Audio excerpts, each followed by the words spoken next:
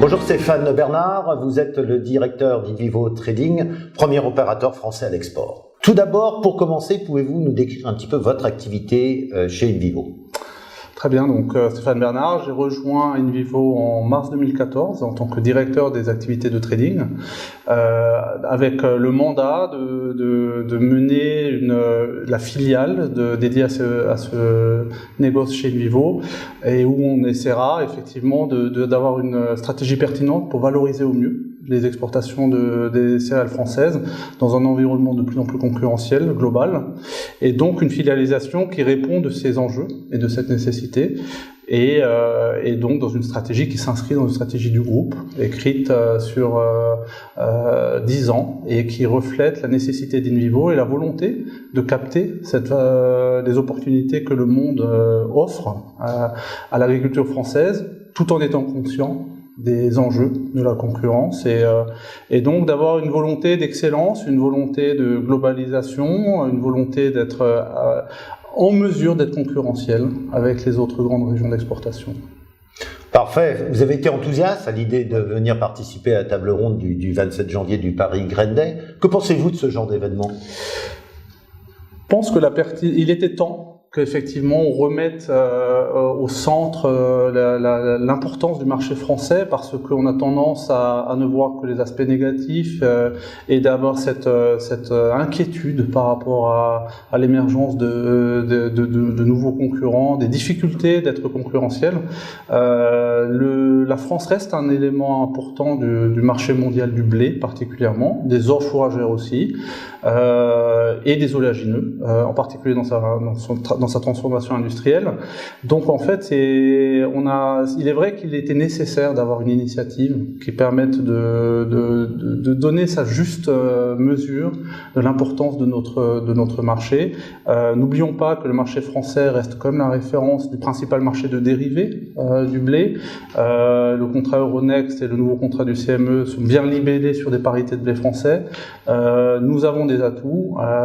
Il était important de les affirmer dans une journée de ce type. En plus, la récolte 2016 en France, tout le monde sait un petit peu ce qui s'est passé avec les incidents climatiques que l'on a connus. Est-ce que vous pensez qu'au-delà des conséquences court terme, cela aura une incidence sur le long terme pour la France ?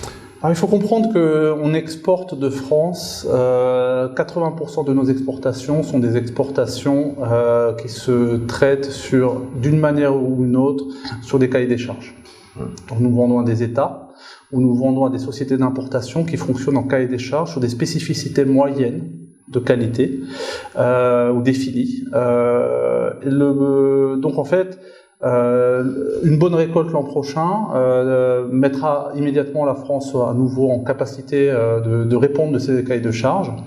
Donc pas trop inquiet pour l'avenir ? Pas inquiet à partir du moment qu'en tant que filière, on sait survivre ce moment très très difficile pour notre agriculture et pour nos structures.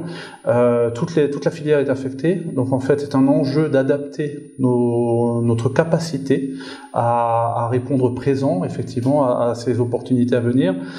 Donc pas inquiet pour l'avenir, mais très préoccupé de la faiblesse et les impacts que ça nous génère cette année, et avec une obligation de trouver des moyens d'adresser ce qui devient quand même conjoncturel.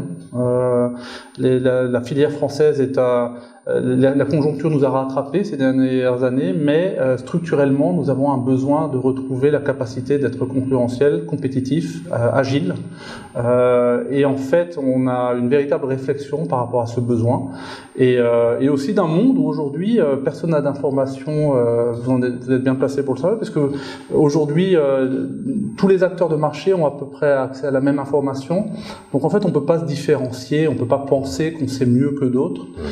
Il s'agit d'avoir des structures agiles, efficaces, adaptées, qui peuvent répondre des enjeux et des opportunités. Une bonne récolte l'an prochain en France trouvera sa place. Maintenant, à nous de trouver les moyens d'avoir les structures qui permettent de le faire. Stéphane, merci beaucoup. Je vous laisse le mot de la fin pour le Paris Grain Day du 26 et 27 janvier 2017. Je vais vous dire que je suis enchanté de pouvoir participer à cette première journée de Paris Grain Day. Je pense que c'est un moment important pour nous tous de pouvoir participer, de remettre la France au centre de ce sujet qui sont les matières premières agricoles. Et nous serons enchantés de vous recevoir et de montrer tous les atouts et la qualité que peuvent produire les Français, à la fois en tant que producteurs de blé et d'exportateurs, mais aussi du bon vivre français. Venez à Paris, rejoignez-nous. Merci.